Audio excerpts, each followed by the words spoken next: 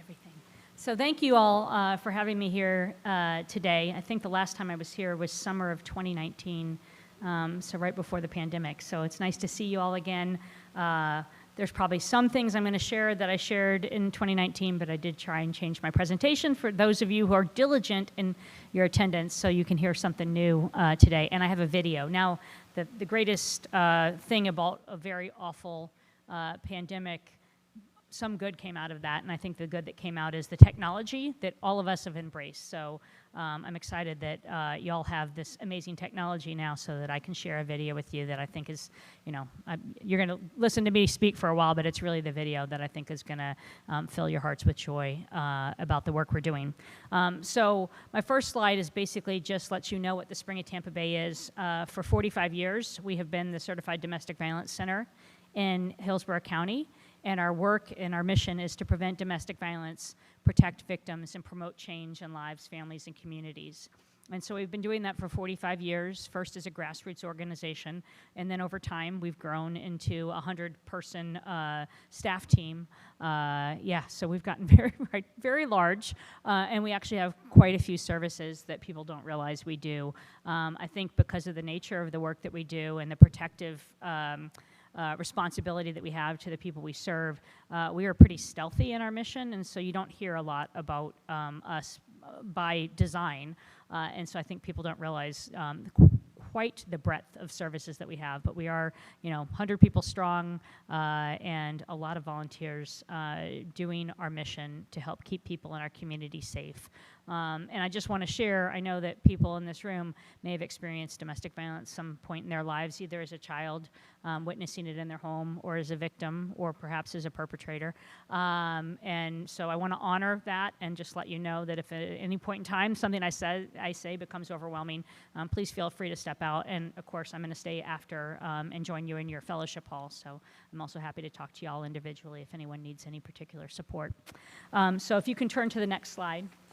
When I was here the first time, I gave you the very technical legal definition of domestic violence, and I decided that that wasn't really as important to share because you can look that up in Florida statutes if you're interested. But what I wanted to share with you is the working definition of domestic violence. So when we're talking about what we do, you understand what it's all about. Domestic violence is a pattern of control. And it's used, violence or threats of violence, right? So a lot of domestic violence is not about the violence, it's about the threats of violence and the reminder of past violence as a means of control that one person uses in an intimate relationship to establish power over the other person and to control their actions and basically to get them to do what they want, when they want, and how they want it. The working definition includes both the legal things that can get you in trouble, get you arrested for domestic violence, but it also includes a much broader array of tactics of power and control, psychological, emotional, economic abuse. 98 to 99% of survivors of domestic violence are actually economically abused in the relationship. So when you wonder about, why it is hard for someone to leave, think about being economically controlled, and maybe you have an income, you're earning a good living, but that money is immediately being taken and by design placed where you cannot access it. So that makes your options much more limited. And those things are not illegal, but they are some of the most harmful aspects of domestic violence. And then the other thing I'd like to dispel is this myth. For many years, the cycle of violence, when people think about domestic violence, if you've heard anything, you've heard about this cycle where there's this honeymoon phase, and then there's the act of violence, and then there goes back. So it's a building phase, then the act of violence, then a honeymoon phase, and it keeps repeating itself. And while that certainly is many survivors' experience of domestic violence, we actually think the more accurate way to describe what happens with domestic violence is that it's a campaign of terror. It's domestic terrorism in your home, right? And the entire set of tactics is used to keep one person in that relationship kind of always tiptoeing, walking on eggshells, worried about what might happen next, how they might be harmed. And that campaign is always present, even when there's no violence, even when the controlling tactics diminish. It's always there, and it's present in that survivor's mind. There's not a moment that goes by in a survivor's life when they're actively in a relationship where they're not worried about what might happen to them or their children next. And that campaign, over time, it usually does escalate to where there's very little honeymoon period anymore, and it's mostly just about, I have got to step so carefully in this relationship if I want to keep myself safe. And that's a horrible feeling, and for a church, I know that I've read your principles and your pillars that is trying to keep our world in peace and our relationships peaceful. This is the antithesis of everything that you all stand for, because somebody in a relationship is, instead of being loved, they're being terrorized. And so that's what the Spring is designed to do, is to step in and help that person get out of that relationship when they're ready. We honor their choices and try and help them in whatever way they think is most helpful to them at that point in time. If you can turn to the next slide. I just want to remind us, I know you all know this, but who is at risk? Everyone. There's not a typical, profile of a victim of domestic violence or a survivor of domestic violence. No matter your age, your race, your religion, your culture, your ethnicity, your sexual orientation, your gender expression, or your economic status, anyone can become a victim of domestic violence. And I tell this, to people when I speak to them. I mean, the woman I worked with that had the highest net worth, her personal household net worth was over $500 million right here in Tampa.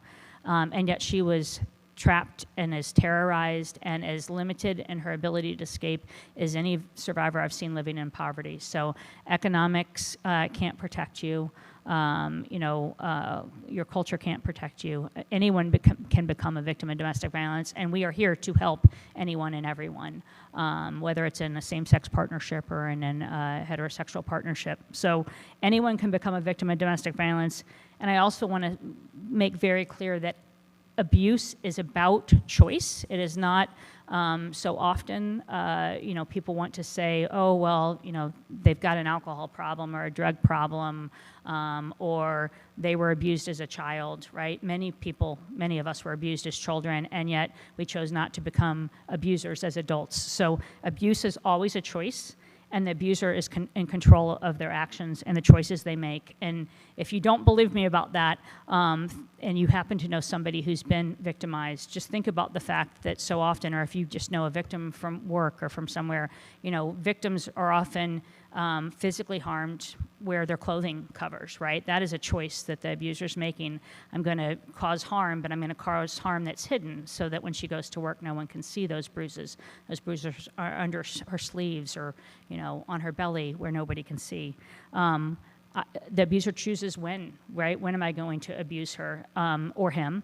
And often that choice to abuse is designed to interrupt that victim's life as much as possible. If I abuse right before work, that's going to be disruptive to the victim's ability to work, and that victim might then lose their job. And when you lose your job and you're a victim, then you've lost yet another avenue to have people who can help you and to have some agency in your life. And so that choice of when I'm going to abuse my partner is ever present in the actions that batterers take. How much and how am I going to verbally abuse? Am I going to physically abuse, right? Some abusers physically abuse one time, and it's horrible and horrific. And then all they have to do to maintain that power and control in the future is remind that victim, remember last Thanksgiving and what happened. And she remembers, or he remembers, and they will quickly get in line because they don't want to have that happen again. Abusers choose where. Abusers choose who will witness, and often who will witness is no one except for the kids, because abuse happens in the shadows. It happens inside houses.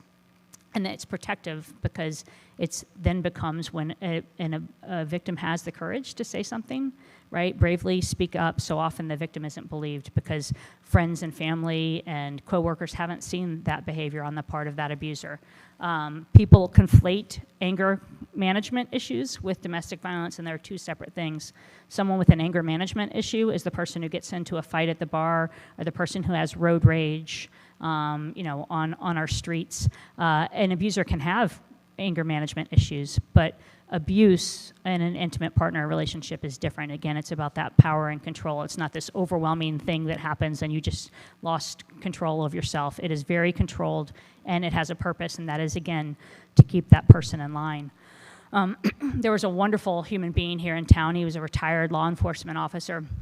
And after he retired, he began to do work with victims of domestic violence, but primarily with batterers of domestic violence batterers. And he would run batterer classes. And he passed away way too early. I wish he were still around, because he did such a great job working with primarily men who batter. Women, of course, can batter as well. But one of the things he would ask the men in his batterers group is, how much alcohol would it take you? How drunk would you have to be to French kiss your grandmother?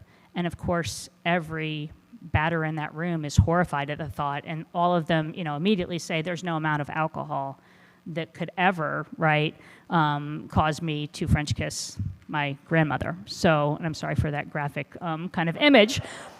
But the reality is, right, he pauses for a second, lets that sink in, and then he asks the follow-up question, well, then why, when you batter your wife or your partner, do you say it was the alcohol that made me do it, right? You're in control of your actions. So if I leave you with nothing else today, I want you to understand that abuse is a choice, and people who choose to abuse are in control of those choices. Alcohol, drugs, other things can exacerbate, but it is a choice. If you'll go to the next slide. Just want to point out, this is for the folks who say, that victims, there's this belief that victims must be kind of weak and lacking in self-confidence. And there are an awful lot of people who are victimized, and when they start, they have really great self-esteem. They have really great confidence in their abilities. But domestic violence often begins with the verbal and the emotional abuse. And verbal and emotional abuse is devastating, and often survivors will say much worse than the physical abuse, because it's insidious, it happens, but there's no proof of it. If you're physically harmed and your arm is broken, you can look, or you're bruised, you can see a bruise. But that emotional and verbal abuse that you experience, there are no outward and visible signs of that inward abuse that's occurring. And over time, a survivor who started out strong can begin to believe and internalize all of those awful things that are being said to them day in and day out. And so a person who started in a relationship with healthy self-esteem, by the time they exit that relationship, may in fact be suffering from poor self-esteem. But it's not because, right, they're somehow morally weak and they deserved the abuse. It's because of what was done to them systematically and intentionally by their abuser. And part of the work that we do at the Spring is to interrupt those thoughts and help that survivor regain trust in themselves and begin to have self-talk in their head that is positive and affirming instead of abusive and belittling. So just want to remind you of that. Next slide, please. And I'm going to go through some of these slides kind of quickly because I'm mindful of time. But the power and control wheel, I put that up, and for those watching on YouTube, you can spend more time with this. But this was created by Duluth domestic violence centers in the 1970s as a way to explain the dynamics of domestic violence, and it's as valid today as it was in the 70s when it was created. And it is about how domestic violence is perpetrated. So you have the outer wheel, it's called the power and control wheel, and that has the violence and threats of violence and the physical and sexual violence that survivors experience. But then within the spokes of the wheels, you see all of the other ways in which people are harmed, using coercion and threats, intimidating survivors, using emotional abuse, using male privilege, using economic abuse, using children, which when you're a survivor with kids is an enormous power and control tactic, right? If you are a parent and you want to keep your kids safe and your partner is using them to cause harm, you're going to do everything in your power, which sometimes and often includes staying in that relationship because you're thinking that staying is keeping your kids safer, and sometimes it is. It's typical, though, that survivors stay in relationships for their kids and they leave those relationships for their kids when they realize no matter what they do, they're never going to be able to keep themselves or their kids safe. So I really strongly encourage you, if you know someone who's experiencing domestic violence, to go online. If you search the words power and control wheel, you'll find this. You can print it out. It's free to use with attribution. So hence created by the Domestic Abuse Intervention Programs in Duluth, Minnesota in the small print. But it is the single greatest transformational piece of paper you can give to a survivor. I can't tell you the number of people I've shared this with where they say, this is my life, right? This in one piece of paper is describing what's happening to me. And it's empowering when a survivor understands that the things that are happening to her are also, or him, are also happening to others. and that they're not alone, right? This is a tool that helps them understand what they're experiencing is not their fault. It's actually the abuser's choice to perpetrate in this way. Next slide, please. I'm not going to read any on the next slide to you. I put it in because I probably can't read even with my glasses on. But I did want to include this because I know this is going to be archived on your YouTube video. These are the abusive relationship warning signs. There are about 16 on the left-hand side that are just things you experience in an abusive relationship. And then on the right-hand side, any of the following incidents are signs of increased danger. So if you start seeing some of this happening more frequently, that is a warning sign to you as a person experiencing this violence, or to you as a friend of someone experiencing it, that there is an escalation and greater risk occurring. So I encourage you to look at these more carefully, and I do have materials I'm going to leave for you all if anybody wants to have them in a nice little pocket guide. Next slide. So I do want to talk about, I've kind of led with the horrors of abuse, and I know it's a serious and daunting subject, but I want to talk about how we intervene at the Spring. And this is a picture of our emergency shelter. That's fake grass, which is why it's so green. But this is the courtyard between our two buildings. We were founded in 1977. We're among the largest of the 41 certified domestic violence centers in Florida. We have everything you think of when you think of a domestic violence center: emergency shelter, a 24/7 hotline.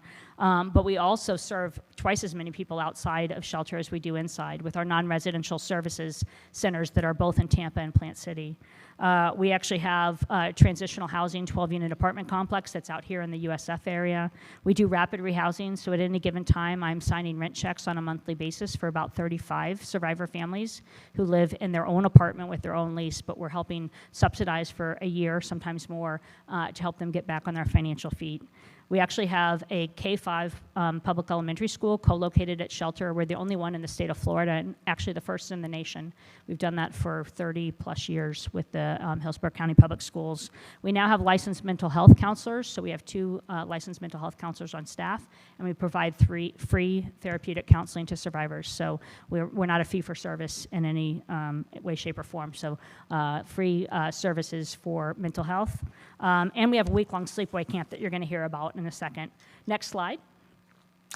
Our 24/7 hotline and our shelter. I just wanted to give you a little bit more information. Again, you can look at these slides in greater depth if you're interested. But our shelter is staffed 24 hours a day, 7 days a week, as our hotline is as well. And we have both crisis advocates who work with survivors who are in shelter to mitigate the crisis they're experiencing. We have dedicated hotline advocates who are answering the hotline calls, and then blended advocates who do both in kind of overnight hours, as well as case management advocates who are assigned. So every survivor who comes into shelter has a case manager for them as an adult, and a separate case manager for the kids. So we have case management for kids as well to provide robust services to the kids who are experiencing it and the adults.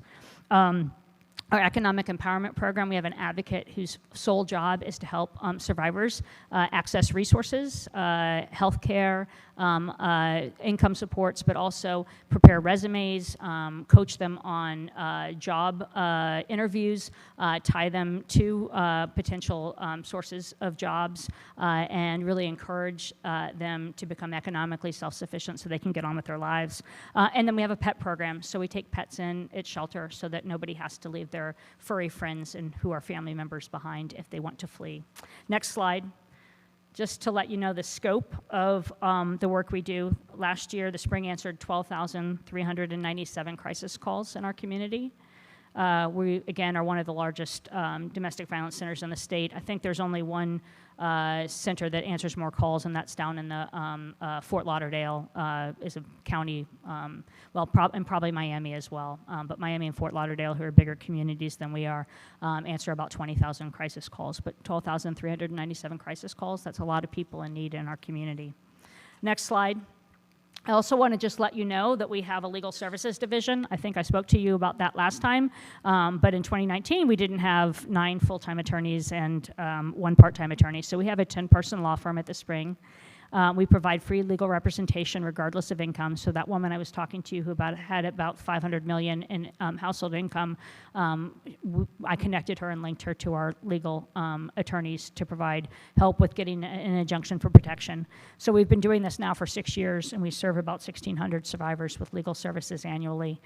We are the largest practice for survivors of domestic violence in the state of Florida. And we actually have statewide 2 attorneys who work for us statewide and oversee the attorneys at 33 domestic violence centers around the state, providing these similar services. We're a little more diversified than the other centers. We have a full-time dependency attorney who is a parent attorney and represents survivors when they are caught up in the child welfare system for no other reason than they've got an abusive partner. So when there's no allegations that they've been abusive towards their children and yet they're being threatened with their kids being removed from them because of the abuser's behavior, we step in and say, nope, time out. She or he is not being alleged to be abusive, and the children should be able to stay with that parent who loves them and is doing the best they can.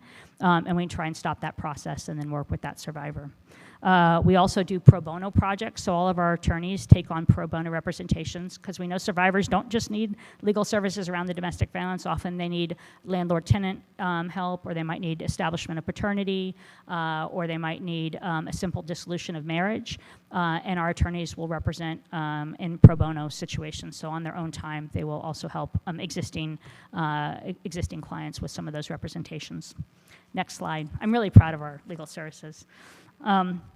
I mentioned the non-residential outreach services. So just to let you know, survivors do not have to come into shelter to receive services. This is our Tampa location. We also have a 12,000 square foot building out in Plant City.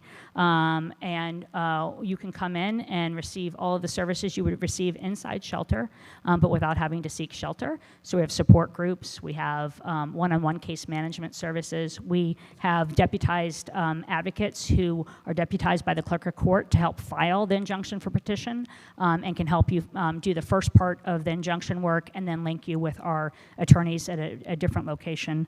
And we do a lot of one-on-one help with survivors in our non-residential survivor services centers. So tell people if they're seeking services, they don't have to come to a shelter. They can come here. We're open Monday through Friday at both locations.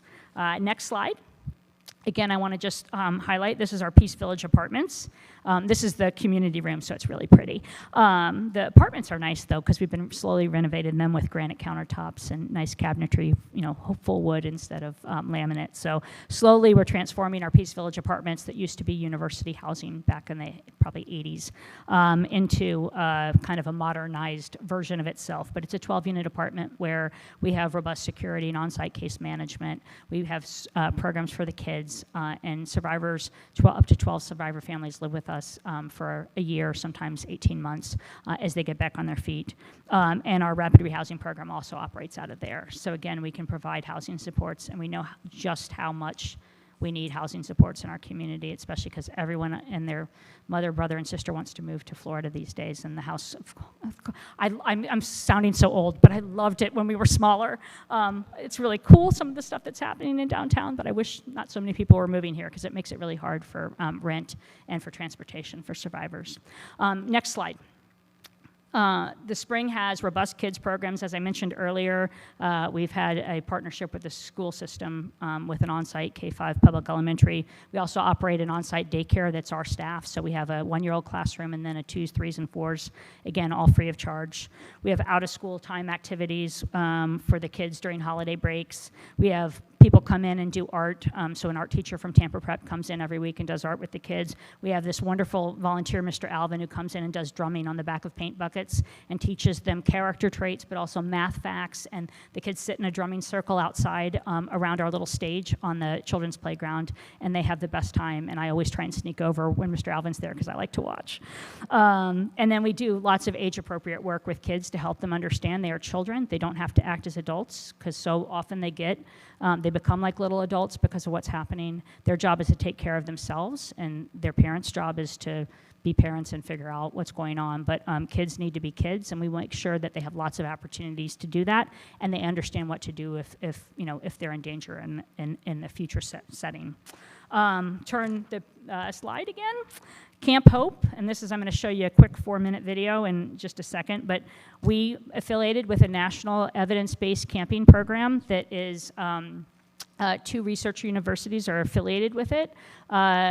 Recent research indicates that 1 week at sleepaway camp is equivalent to 4 to 5 months of traditional therapy for a child. So the gains that a child can make are really magnificent. And even more importantly, again, kids get to go to camp, and we rent out a camp here in the community, and we bring our staff in, and we partner with the camp that we rent, and we do, the traditional stuff that the camp helps us do, the canoeing and the archery and the ropes course and the gaga ball, and all of those fun things, but then we layer it in with a curriculum that talks about hope and resilience, and helps empower kids to understand that what happened to them, the trauma they experienced, doesn't have to define them. It's a part of what they experienced in life, but it's not who they are. It's just something that happened to them, and they can persevere and overcome. It's an amazing program. We're about to have our second camp this summer. I spent a couple of the days. We were there for 6 days and 5 nights. I spent 2 days there, and it's one of the most rewarding things I think I'll ever do as the CEO of the Spring. And these are actual pictures. It's the one program where we take pictures, and the kids give us permission. So these are 2 of our boys, and they've got brothers who also went to camp with them, who are in the Gaga Ball pit.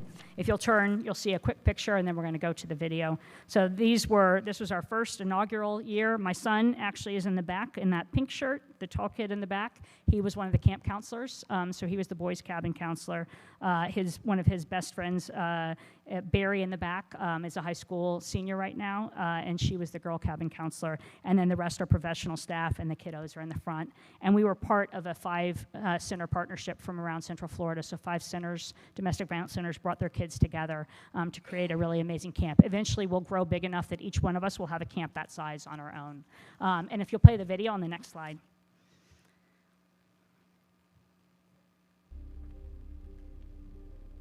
One of the reasons why Camp Hope is such an essential part of the Spring and a part of our community is to be able to provide opportunities for resiliency, opportunities for growth, opportunities for kids who have experienced more in their life than any person should. Camp Hope really allows kids to be kids. It allows them to have lots of fun. It allows them to be themselves and other things that are also just like that. So Camp Hope was a place where I got to be with other kids who face similar challenges like me. Just a lot of joy, and it was a lot of fun too. I think it was very amazing. I just got to express my feelings to others and explore what they had to say. Camp Hope to my children it was funny because at first they were worried about the bugs. I'm not gonna lie, they were worried about getting bit by mosquitoes and bugs. When I told them about zip lining and canoeing, they got excited because that's not stuff you see all the time in Tampa. But for them, once I told them as well, the domestic violence element, I think they started to connect the pieces. And when they came back, that's when you saw this light bulb go off, because they knew that I had gone through things and they had seen things, but to really have it put into perspective that, wow, there are other kids like me, and this is a problem. This is something that we go through, and that's okay to talk about it. They can find connection, they can find resilience. I remember one of our campers sitting, we were having kind of a quiet moment in between activities, and one of the campers just looked around and kind of had this really quiet look on his face. And I asked him, hey, what's going on? Are you okay? And he just looks at me and he goes, are all of these kids domestic violence? I'm like, yeah. And he kind of just sat there with this really quiet look on his face, and I'm like, what do you think about that? Pretty cool, huh? And he just nodded, and he's like, yeah. And you could really see him kind of taking in and realizing that my family isn't the only one that's gone through this, and I'm really not alone. Every day you have something new to do, and you get have fun every day. I think the counselors are really respectful because they would help us if we asked for anything. They would teach us what about the wilderness. They also had gaga ball, basketball, stuff like that. And I really liked the gaga ball. I would super good at it, and I didn't know that I was super good at Gaga Ball until I actually tried it, and it taught me that I'm good at some sports I didn't know I was good at. Well, I have a fear of heights, and whenever it came to the zip line, that's when that fear really showed off. And I was scared, but I persevered and came over my fear. Being in this type of a camp environment with trauma-informed counselors, with trauma-informed staff, with people who truly know and understand the full concepts of trauma, it allows for that safe space where we can use our tools, we can help recenter and ground the youth, and then pick up right where we left off, and we don't have to make a big deal out of those trauma moments. As adults, as survivors, sometimes we need a reminder of why we do what we do and all the hardship we go through. And so Camp Hope reminds us as adults that we can be brave as well.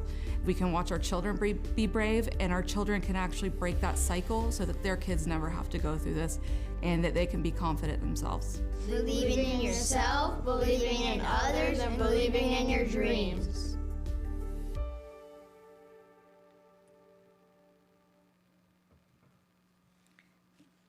So that, in a nutshell, is Camp Hope. And those little boys, it's 2 sets of brothers. We actually had 3 sets of brothers, so there's some of the other kids you saw in the pictures, another set of brothers, and then a couple kids who came solo. But the motto at the end, hope is believing in yourself, believing in others, and believing in your dreams, is the national motto for Camp Hope. And it's basically everything that this thing is founded upon, is that we are teaching kids to believe in themselves and to understand that together, the world can be made a better place. It's just a magnificent program. And so I want to talk, as I wrap it up, about how you can help. And part of it is going to tie back to this, but believe survivors when they tell you what's going on. So often it takes an incredible amount of bravery to speak up, and then we often, as humans, want to minimize what's happening because it sounds horrible and terrifying, and so we say things like, well, maybe you're just exaggerating, maybe he or she didn't really mean that, and the minute you do that, you make yourself not a safe person. So when somebody tells you what's going on, believe them. You don't have to solve their problems for them right away. You just need to be someone that they can talk to and let them know that you care and that you're there for them. And when they're ready to do something, you're going to be someone who can help them. Acknowledge that what's happening isn't fair. Don't blame her or him. Plenty of people, including the abuser, are doing that on a real regular basis. Educate her about the services at the Spring, right?